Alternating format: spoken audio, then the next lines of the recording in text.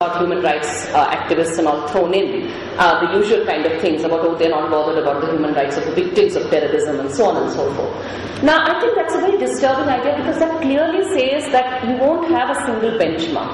Rather, it will be a political consideration on who will receive and who will not receive a death sentence, whose death sentence will be commuted and not. These will be political considerations.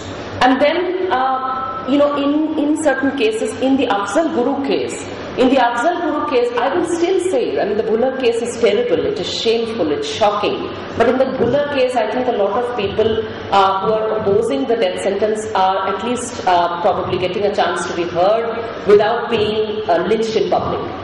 Those who said these things on Afzal Guru, on a public street in Delhi, faced physical violence which was justified, which the police kind of stood and watched. Because, this is anti-national. If you're going to say that a Kashmiri has been wrongly convicted and has been wrongly killed by the state, this is something which you're not allowed to say.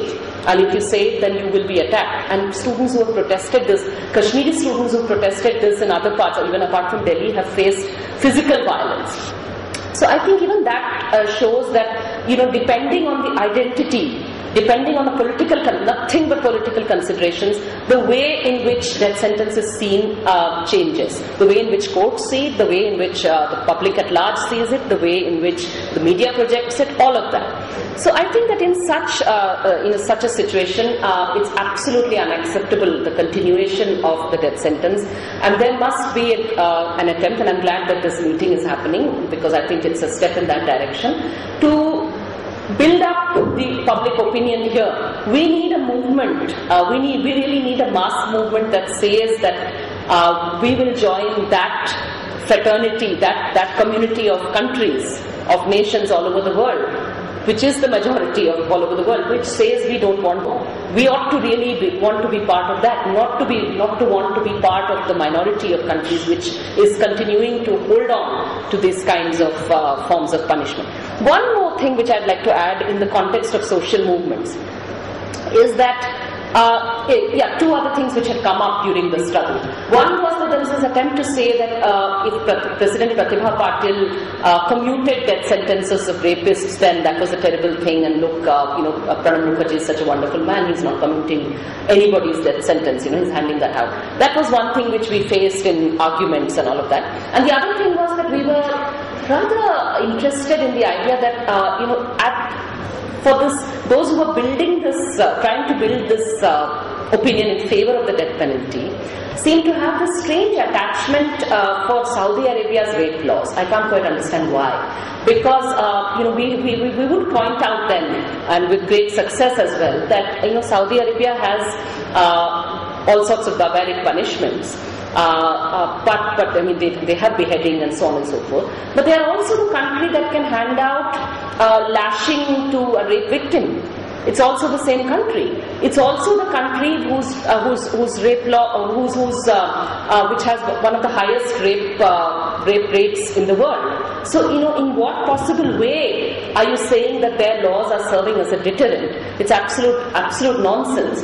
So we did, I think we very successfully did in the movement manage to get this point across. So very largely, in fact, the movement, when it continued beyond the point of spontaneity, when people did start coming in on a regular basis, keeping in touch with each other and joining protests, throughout January and February after December. I think that in those mobilizations, very strongly it was stated that death penalty is not something we want, that we don't want you to do it. That if the government is doing it, they're doing it as an alibi to sort of say, all right, we didn't recognize marital rape, we didn't amend AFSPA, we didn't do away with things like outraging modesty in the existing laws, we did dilute the suggested punishment for stalking. We do continue to have all kinds of measures of impunity built into place, especially for the army and all of that. But we will have the death penalty. So this is some kind of something to justify all of that. So I think this is something which we have to resist and reject very strongly. And we also have to remember that I think that a sense of one last point which I'd like to make is that I think that the whole idea that the nature of the crime that you are accused of committing should decide whether you deserve to live or die, or whether you are allowed to. That in certain kinds of, if it's a terrorism case, or if it's a particularly, what is seen as a particularly gruesome rape case or something like that, or like the Dhananjay Chatterjee rape case, something in which you're perceived, in which public perception is somewhat sees it as a heinous crime, an act of terrorism, attacking parliament, etc., etc. Then the death sentence must come into play, and you mustn't question the death sentence in that case. This idea is very dangerous because, especially if you look at cases like the Dhananjay Chatterjee case, which split the women's movement down the middle. Alright, I must say that also here, that women's groups in general have maintained a position against the death penalty, but when that incident happened, then you did have women's groups in Kolkata then speaking a different line from what they had publicly endorsed earlier. So, you came under the pressure of saying that no, people are asking for it and so we must ask for it. Then I think the idea that in so many instances, I'm just wrapping, that's the last point. Yeah, the point is that I think that in the rape, in even a rape case or any other kind of case, the fact is that you can never be, in how many cases can you be absolutely sure that this person has in fact committed it? I know there are so many instances across the world of cases where when you had things like DNA evidence being used, those who've been convicted and are on death row being proved innocent. So I think that is something which absolutely social movements cannot have that on their hands.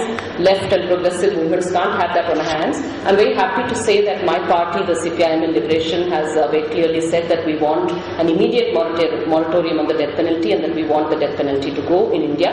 And I hope that other progressive and left forces and parties will also follow. Thank you, Kavita. And now a very long struggle to get her husband released. Mrs. Bhullar, please come. And just once she wants you by her side when she speaks, because you have supported her in many things.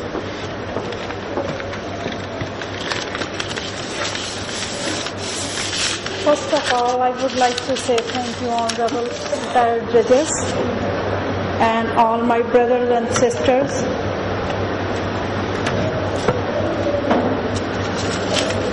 And they're all here for the abolition of death sentence. And as you all know, in these days, my husband, he is facing this capital punishment.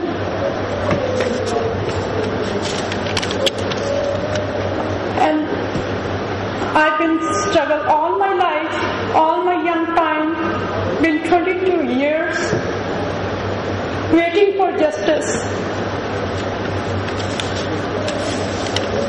And when I used to come to India from Canada, when I sit in plane, I think about 22 hours flight, long flight.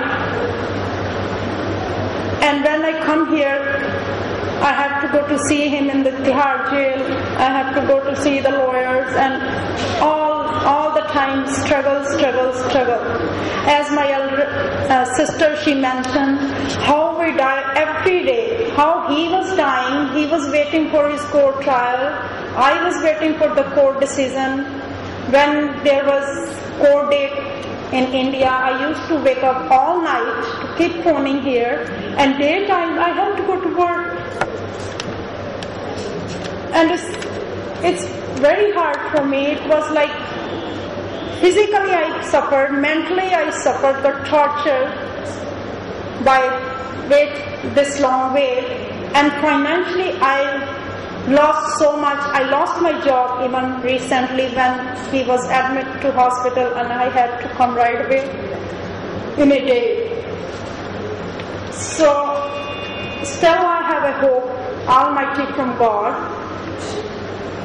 because I waited that long, because I know he is innocent. He was a professor, he was from good family background, and he was like very good professor and very good personality with the good thoughts. Also, we were also the victim of the so-called terrorism. His father got killed, his uncle got killed, we were tortured. and that's why we went to abroad, and he tried to go to German, and unfortunately he got arrested on the airport, and when they deport him, they give them in the written that they won't charge him in any other case except the passport case. But when they landed on the airport and they arrest him and charge him with that blast case and made him to confess that confessional statement. And Jaswant is with me here. She knows how I suffer. She'll explain you because she went with me all in 2003 in the Europe, in New York, in Canada, and we traveled together. I think she'll explain how I went. Even now, how many times in a day I die and I just get the phone calls from the media, get the phone calls from the unknown person that he's going to move to the Tihar jail, and it is very hard for me till now. And I think she'll explain that best. I'd just like to add to what Nadeem or Bhullar was saying there. Her struggle has been a long and very hard struggle. This is a woman who only spent 3 months being married to Professor Bhullar before, as she was explaining, before all hell broke loose in their family.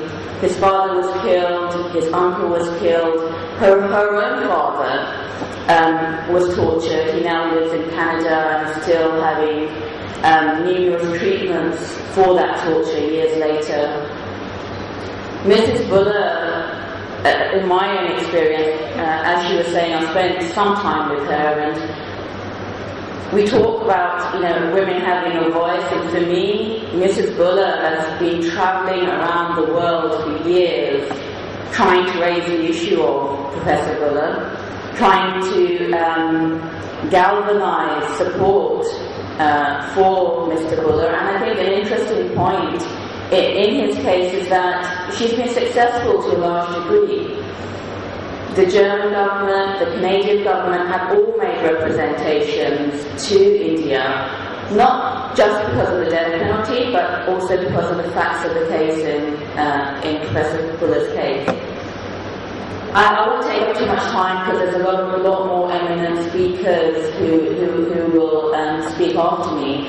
One thing I will say is that as far as my experience with Mrs. Bhullar, for her, let alone what Mr. Bhullar is going through, for her to go through this every day, like she mentioned, I've been in the room with her when she's received a phone call, for example, from a journalist saying, oh, he's been taken, he's going to be executed today, do you not know? And for her